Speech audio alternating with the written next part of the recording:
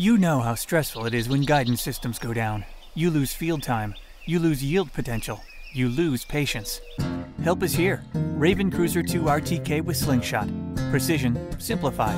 Learn more at ravensimple.com.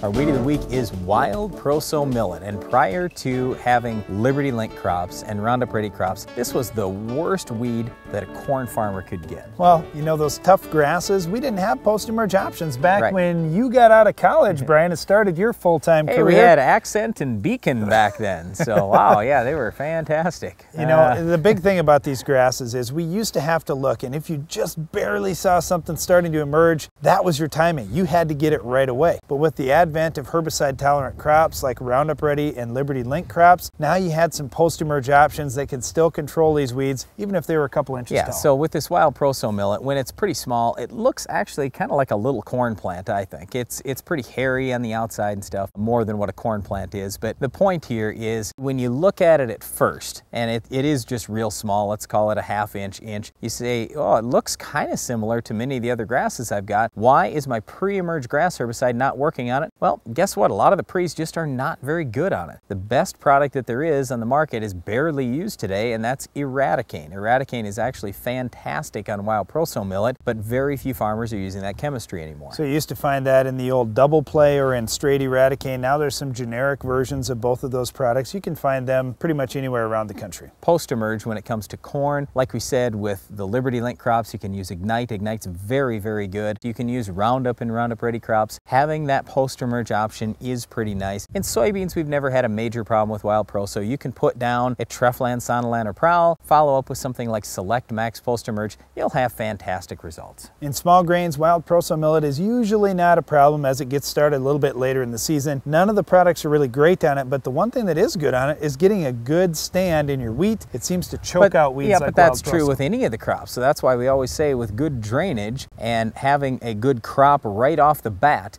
that's going to be the very best weed killer you've got. Crop canopy is going to stop wild Proso in a lot of cases. So again, we've got options in different crops, but we really like having crop canopy, and hopefully you won't even need a herbicide to control your wild Proso. That's all the time we have for this week's weed, but Iron Talk is coming up next.